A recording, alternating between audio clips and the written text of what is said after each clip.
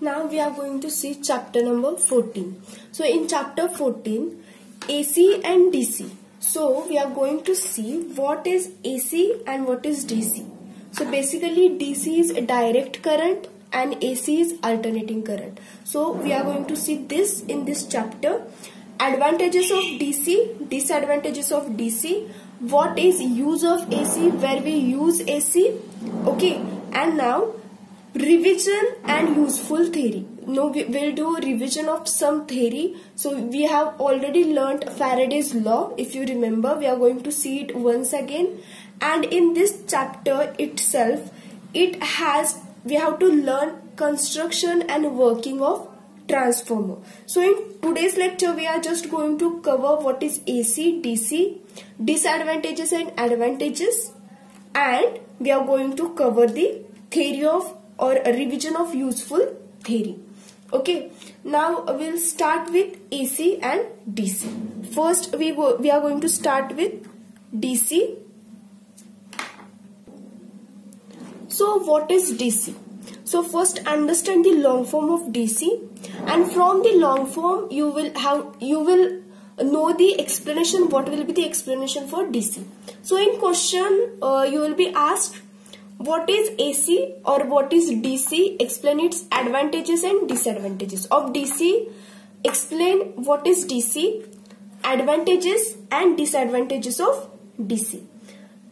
Or they may ask comparison of DC and AC. So I will also share a comparison of DC and AC. So we'll start with DC. So what is DC? DC is direct current.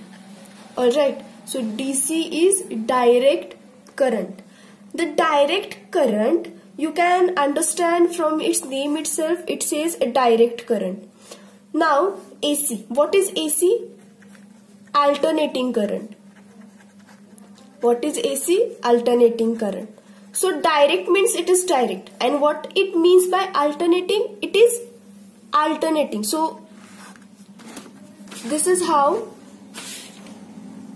it is alternating. Are you getting this? So this is alternating and this is direct current, right? So now we'll see direct current. So direct current is that current which flows only in one direction, right? So now consider this. So direct current is that current which flows only in one direction only. It does not change its direction. So if it is flowing like this, then it will flow in this way only. It will not change its direction. Direct current do not change its direction as well as magnitude. So the current, direct current, will be the same, or it will not change the direction as well as magnitude until and unless the person purposely changes. Okay, so whenever we want to change, we can change, but on itself it is not changed. So this is direct current. So the direct current, how it is produced? So the direct current is produced by the primary and secondary cells and also by the DC generators. So remember, from cell or battery, you can say battery, we get the current. Now here, so this is fairy light I have, and this, so this is a battery, or sorry, these are cells, right? Now because of this, what happens? DC current is generated, right? So there is nothing written on here, but I will show you. So this is the cell, battery. So it has polarity, right? So it has polarity. So this is positive, this is negative. So the direct current, the supply, DC supply is marked with positive and negative, right? So remember, DC supply is marked with positive and negative, and this DC current is produced by primary and secondary cell and also by the generators. So remember, by DC cell, battery and generators. Alright, now we have already seen it has positive and negative polarities. It has positive and negative polarities, right?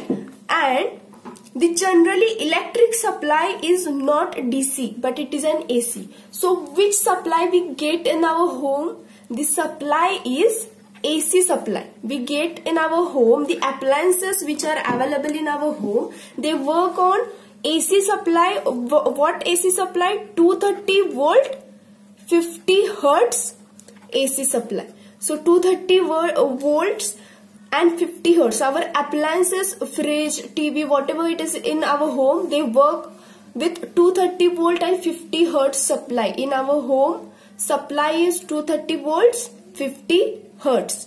DC supply is not given, it is AC supply. So the last sentence is the electric supply is not DC but it is an AC. Okay, now we'll see the advantages of DC, where this DC is used. Or first we'll just revise it once again. So the direct current, it is the long form of DC, direct current. The direct current is the current which flows only in one direction. It does not change its direction as well as magnitude unless we change it purposely, right? The direct current is produced by primary and secondary cells, and also by the generators, right? Now the DC supply is marked as positive and negative. Okay, positive and negative. The direct current flows from positive to negative terminal. Okay, the current flows from positive to negative terminal. Now this is our, consider this is our circuit, then current will flow from positive to negative. So the direction of current will be from positive to negative.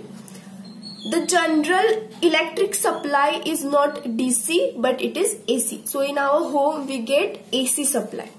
Now we will see the advantages of DC supply, where this DC supply is used. So for chemical processes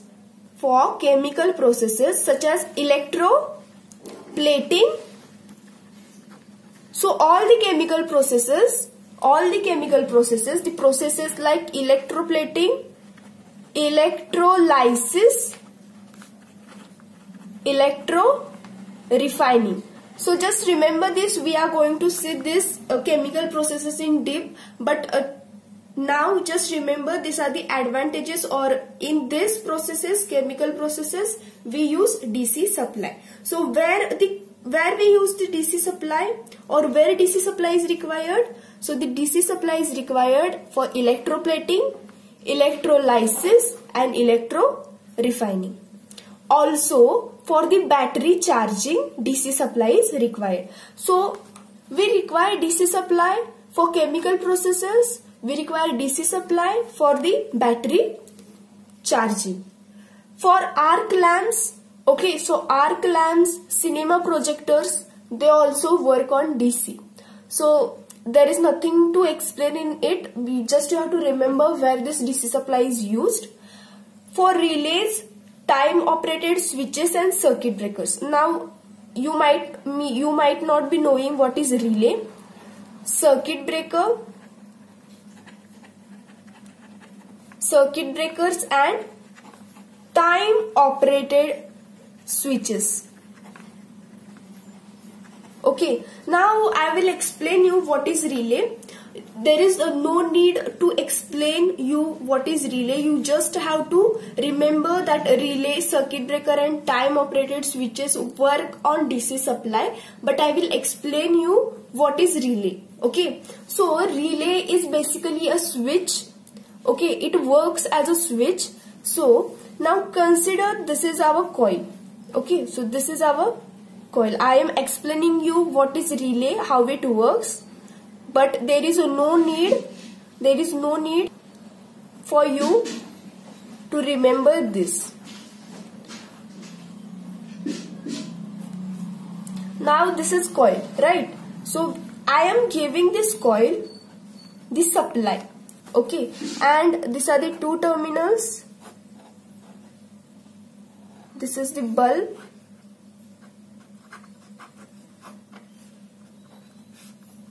Okay, now as you can see here, so as you can see here, this is coil, right?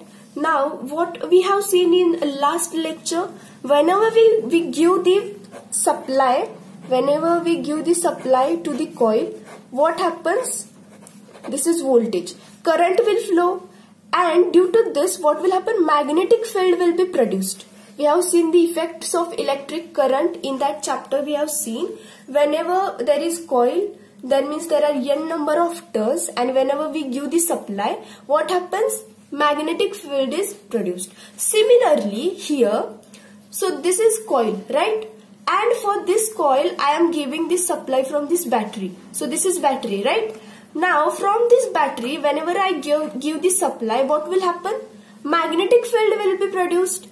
And due to this magnetic field, what will happen? This part will attract downwards. Okay, so this part will attract downwards. Whenever this both will get connected, this is attached to this. So this both will get attached. And what will happen? So our circuit here is completed and this bulb will glow. Right? So what I did here, by giving the supply for this coil from this battery, what I did, from this supply, this upper part will get attracted here, and due to this attraction, these 2 points will attract or they will close. So here the circuit is closed, right? Here the circuit is closed, and hence our bulb will glow. And this is also getting supply battery, but here these terminals were not closed, right? Earlier these terminals were not closed, so the current will not flow forward because this is open circuit, right? Whenever this both will get attached, then our circuit is completed and hence our bulb will glow. Now I will remove this supply, then what will happen? The magnet will not get formed here, and so what will happen? This upper part will be get separated, and due to this part will also get separated. So here will be open circuit and the current will not flow, and this our bulb will not get on. So this is how this is used as switch. Whenever I give supply from here, then only this bulb will glow. Whenever I not give supply, then the bulb will not glow. So this is the basic how the relay works. So there is no need to remember the working of relay. Just remember relay, circuit breaker. Circuit breaker is also similar. Relays, circuit breaker and time operated switches also require DC supply. Now we'll see again where for electric trains, trolleys, and you can see in car there is one battery, right? So that battery also works on DC supply. So in cars also, in electric trains also, in trolley, right, in lifts, what we require? DC supply. So wherever we want the fine control, wherever we want the fine control in both directions, so you can say in paper mills, rolling mills, DC motor is required. For this purposes we require the DC supply, right? So DC can be easily obtained. So we can convert AC supply. We can convert AC supply to DC supply. But how we have to convert this? What we require? We require rectifier circuit. Okay, we require rectifier circuit to convert AC supply to DC supply. What? We require rectifier to convert AC supply to DC supply. Right. So remember, just remember we require AC rectifier to convert AC into DC. So it is very easy to convert AC supply to DC supply, but what we want, we need a rectifier circuit to convert this. Now what are the disadvantages? What are the disadvantages? So I think you know about transformer. So we are going to learn the transformer in this chapter itself, but now we will see what are the disadvantages of this. So the transformer is a static device. So transformer is static device which works on AC supply, right? Which works on AC supply. Transformer cannot be used on DC supply. So this is very important. Transformer cannot be used on DC supply. Just remember this. We will see the reason why this transformer is not working on DC and working on AC.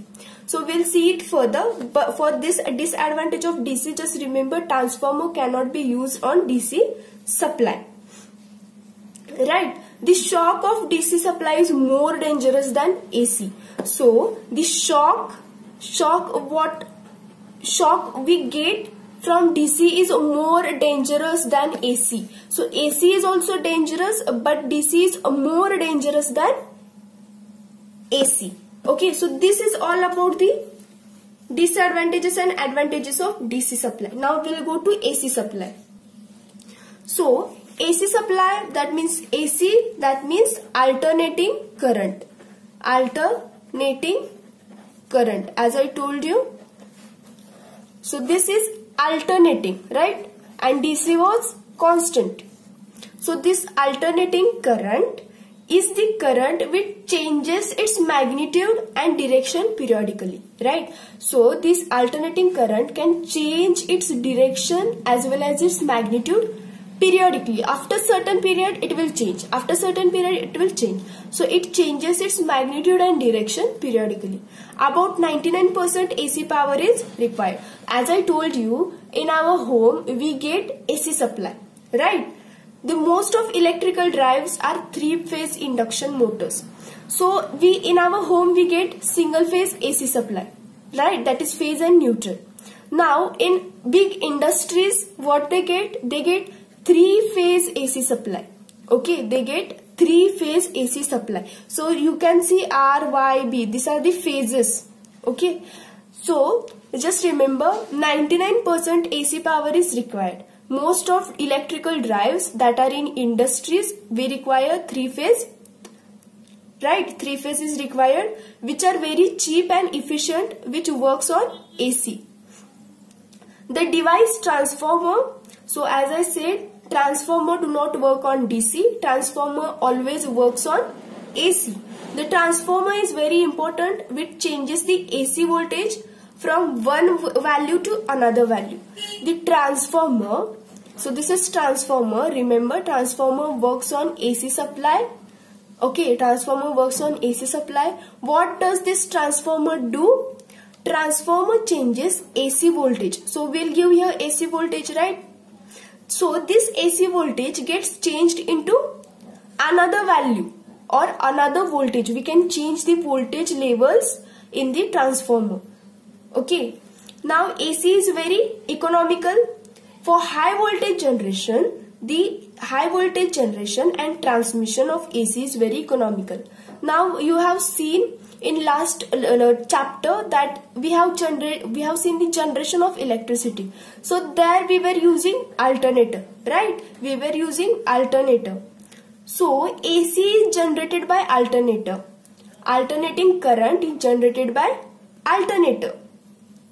So this generating voltage, we have generated alternating voltage, right? We have generated alternating voltage. So this voltage or this value, this high voltage generation and transmission. So where we have generated this alternating voltage in the hilly areas. Now take example of hydro power plant. So this power plant will be there where there is rivers or there are hilly areas. So this power plant will be placed there. From that place we have to get the electricity in our homes. So we have to transmit that power, right? Now consider these are the hills or this is the river. So from this dam the electricity is generated here. From here we have to take electricity to our home, right? So for the transmission purpose of AC is very conventional. That means we can transmit AC power which is economical. That means it is economical to transfer the AC power from one place to another. We require AC, right? We require AC AC can be converted into DC. Similarly, we converted AC supply to DC. Similarly, we can convert DC supply to AC. But now here to convert we require rectifier. To convert AC to DC supply we require rectifier, and now to convert DC to AC we require inverter. Okay, we require inverter. So as we know, alternator is generated, AC is generated by alternator, right? The shock on AC are less severe than DC. The shock of AC is also severe but not as severe as DC, right? So DC shocks are more severe than AC shock. Okay, now polarities. We have seen the polarity of DC. So DC has positive and negative polarity, but in AC they don't have any polarity. Okay, they don't have any polarity. So this is about AC and DC. Now we'll see the comparison of this. So alternating current and direct current. So what is alternating current? The direction of current reverse periodically. Is this right? Because the alternating current is current which changes its magnitude and direction periodically. So the direction of current reverses periodically. And in direct current, direction of current remains same. It do not change. So here frequency is 50 Hz and the frequency of direct current is 0. As I said, in our home we require 230 volts. To 230 volts 50 Hz supply. So the frequency of alternating current is 50 Hz and direct current is 0. So in alternating current, direction is a bidirectional. That means it can flow in any direction. But in direct current it is unidirectional.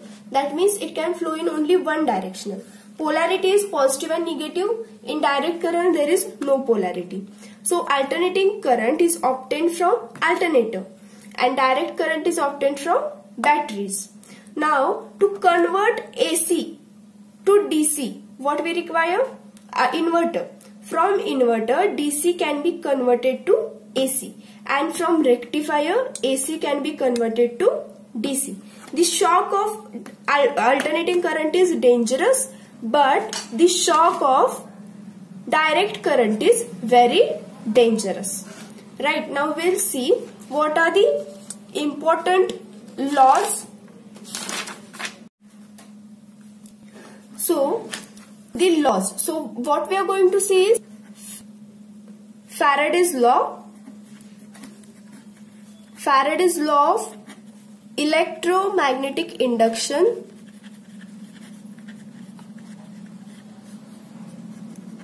So they have two laws. So the first law, what it says, when magnetic flux linking with the coil changes, EMF is induced in the coil. So I will write here the definition. When magnetic flux linking with coil changes, EMF is induced in the coil. So we have already learned that. So this is the coil, right? So this is the coil, and whenever we give the supply, that is I will give the voltage, then the current will flow. And what will happen? There will be the magnetic field created, right? So the magnetic field will be created. Now consider this is magnetic field and this is electrical field. Now in electrical field what happens? The current flows, right? In electric field current flows, and in magnetic field there are flux that flows or flux will travel. Okay, so now just remember, in electric field current and in magnetic field flux will flow. Now whenever this flux, so these are the flux linking with the coil, these are the flux linking with the coil. Whenever this flux will change, whenever this flux linking will change, then what will happen? There will be EMF. So there will be EMF induced in the coil. Are you getting the point? EMF, electromotive force, will be get induced in this coil. So when this EMF will get induced, so we'll see it once again. So this is our coil, right? And whenever we give voltage, current will flow from this number of turns, right? And whenever the current will flow, magnetic field will be created. And due to this magnetic field, flux will flow, right? And whenever this flux linking will change, EMF is induced. Now how we will change this flux linking? So whenever there is magnet, okay, so this is magnet, right? So whenever we move the magnet forward and backward, or whenever we move the magnet near the coil, what will happen? The flux linking will be changed and EMF will be induced. And another way to change the flux linking, what we have to do? We have to move this coil behind this magnet. So keep in mind what we have to do. We have to change this flux linking. And how we are going to change this flux linking? By moving the magnet or by moving this coil, right? We have to keep one constant. If we keep constant this, then we have to move our coil. Or whenever we keep our coil constant, we have to move this magnet. Then and then only this magnetic field or magnetic flux linking with the coil will change and EMF is induced. So I'll explain it once again because this is very important. In 12th also you will require this. So Faraday's law, what it says, when magnetic flux linking with the coil changes, EMF is induced in the coil. So this is our coil, right? And whenever I give supply, voltage is supplied or applied to this coil, current will flow. And we have already seen in effects of electric current, whenever the current flows, magnetic field is produced. So whenever the magnetic field is produced, there are flux that are flowing, right? So this flux, whenever there is change in this magnetic flux linking with the coil, then what will happen? EMF is induced. I hope you have understood this law. Now second law, Faraday's second law, what it says, the induced EMF. So the magnitude of EMF induced in the coil depends upon the rate of change of magnetic flux linking with the coil. That means this EMF that is induced here, so this EMF which is induced here, on what factor it depends?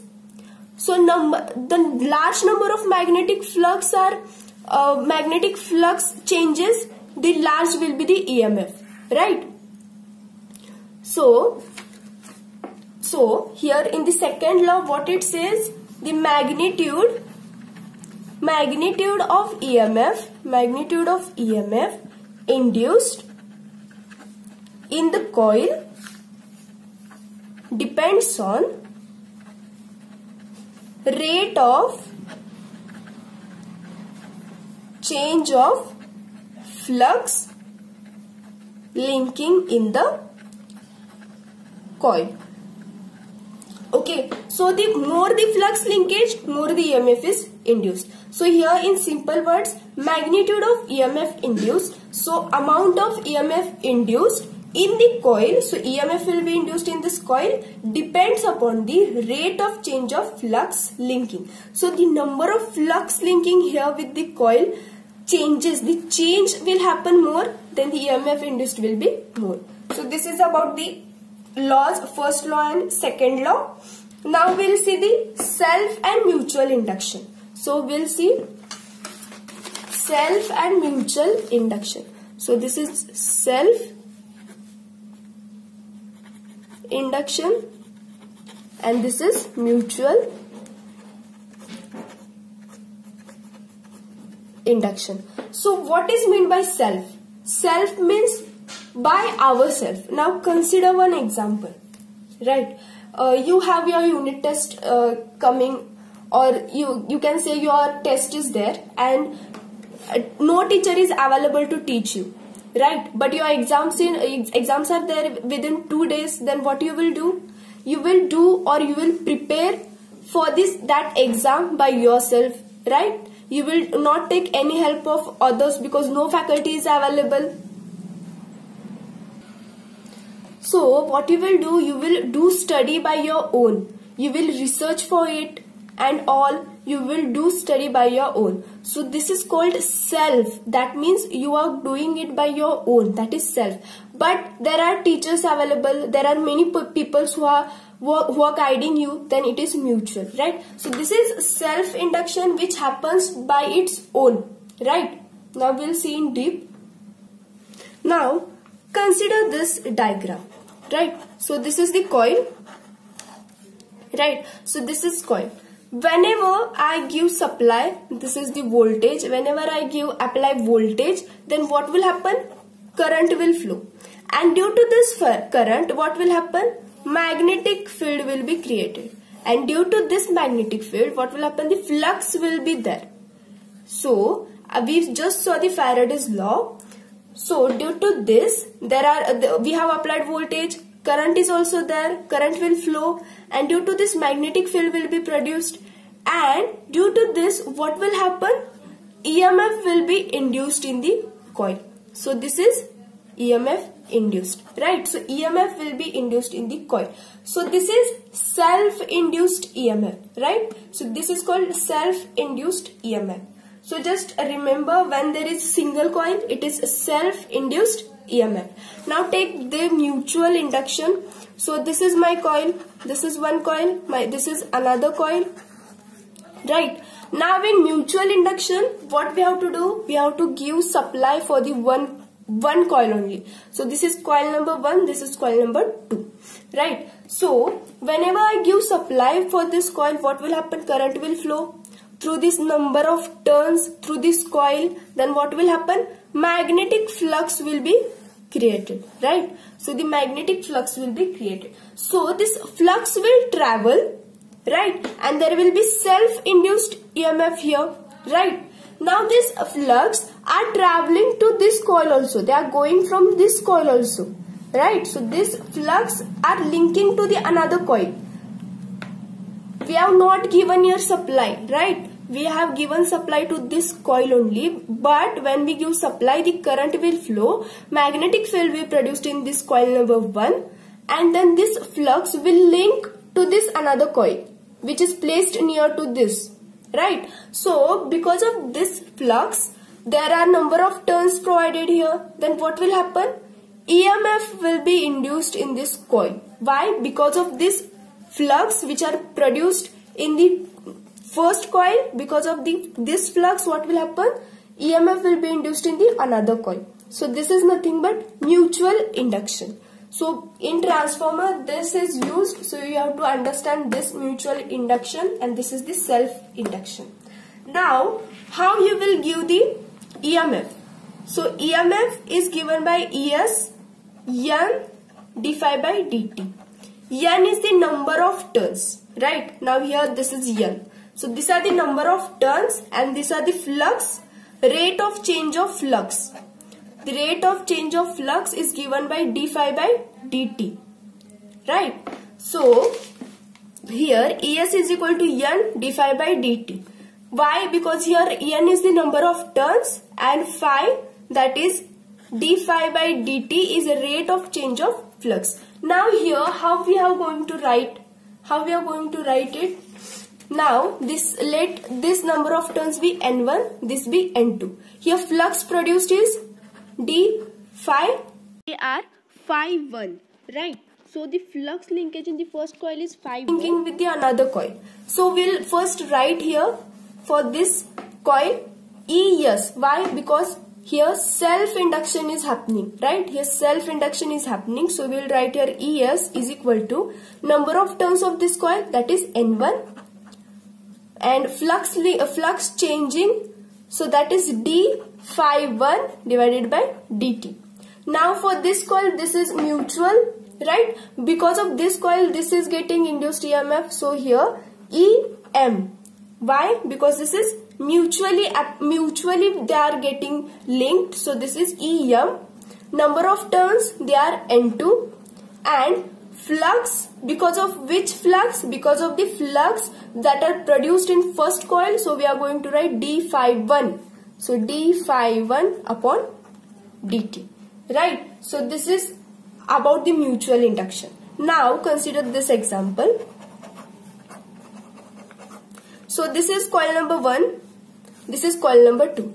If I give this supply to this coil number 2, this is N2, this is N1. Okay. Now whenever I give supply to this coil number 2, then what will happen? Current will flow. Due to this current, magnetic field will be produced. Due to this magnetic field, what will happen? The flux will travel from this coil to this coil. Right. Now we are given the supply to this. So the flux of this will be phi 2.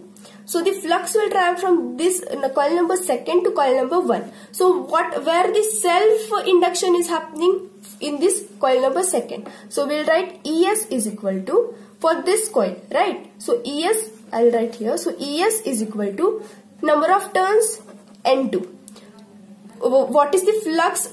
Changing flux, that is phi 2 divided by d phi 2 divided by d2, right? And now for this is happening on mutual. So EM is equal to number of turns N1. And which flux they are linking here? Of flux of the first coil. So here flux of the second coil, right? d phi 2 divided by d2. So this is about the self and mutual. I hope you have understood. If you have any doubts, then please ask.